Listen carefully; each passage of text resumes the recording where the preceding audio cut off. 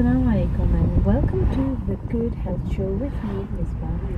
Every week on the Good Health Show, we talk about things that are, or topics that are pertinent to our listeners with regards to food and fitness. And every week we try and choose topics that our listeners would like to know more about. So listener questions are great. Thank you very much. Keep them coming in.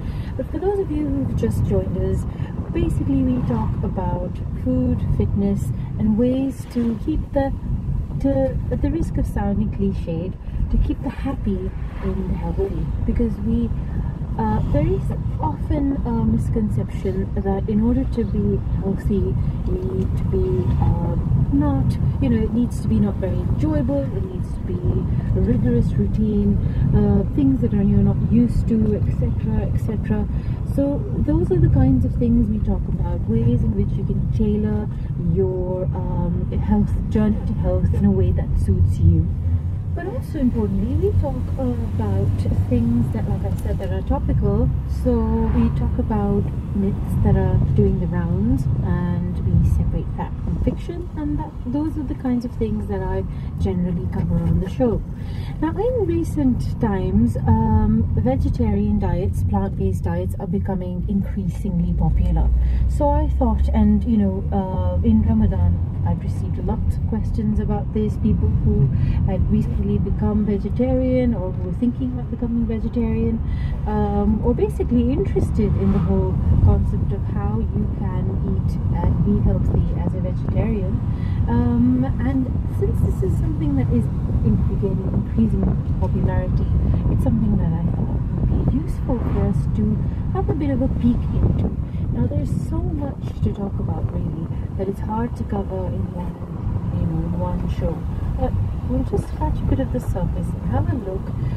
It's a bit of an introduction, vegetarian 101, if you may, and just have a look and see what is it all about. Now, there's so much out there. There's so much information out there. There are so many myths out there. There's so much, there's so many strong opinions out there. But like I always say, if we don't know the whys of things, then it's sort of difficult to figure out the hows. If you don't know why, why certain things work, then you don't know how exactly to go about it. So although plant-based diets are more popular now, there are some people who think, that they might not be balanced, or they might be nutritionally adequate, and there's no reason for that, for us to hold that opinion, because if they're well planned, if they're well planned, then they become well balanced, and then that way they can support healthy eating, healthy lifestyle at every age, at every life stage. So there's no reason for us to feel that it's not a healthy option if you so choose. And for those of you who are already vegetarians, then it's a good idea to keep listening so we can see, and you can probably have a look and see if you're doing things that are most beneficial for you. So what is what is the reason? Why do people follow vegetarian? It's usually a variety of reasons. It could be religious, it could be spiritual, it could be family, that's what your family eats. It could be that's what is easily and quickly available, but it could also be because some people feel it's cheaper. It could also be because a lot of people want to become a vegetarian or vegan because they feel it leaves less of a carbon footprint on the planet. It's healthier, it's more sustainable, and it's a more sustainable sort of diet in that sense. That's popular.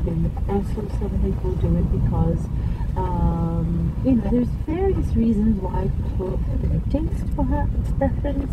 So there's various reasons, and whatever your reason, it's useful to plan your diet. It could be cultural as well, actually. That reminds me, a lot of people actually are vegetarian because it's just what they're used to eating culturally. So whatever your reason, as long as your diet is planned, you can ensure that you're getting all the required nutrition from what you're eating.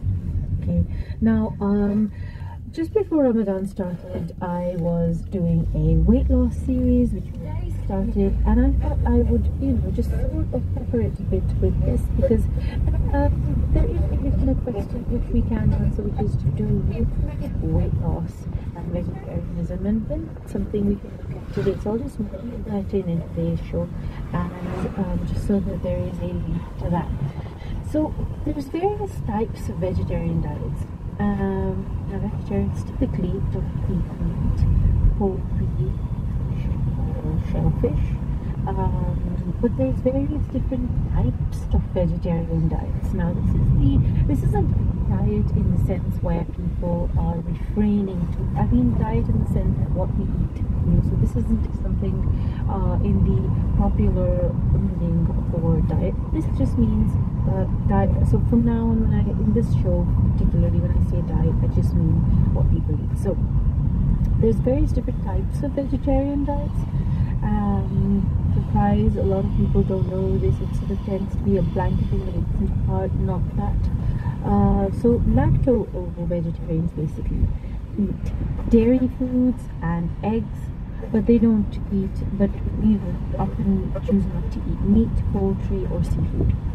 All vegetarians again mainly avoid animal foods, but but include eggs in their diet. Often dairy is also excluded, so eggs are fine for overall vegetarians, but not all other animal foods, including dairy.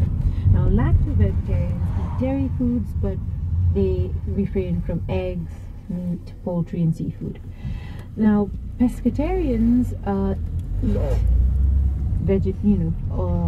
mostly plant-based foods, but then they also eat fish and or shellfish. And semi-vegetarians, or flexitarians as it's often called, occasionally eat meat or poultry, perhaps maybe in a certain environment, maybe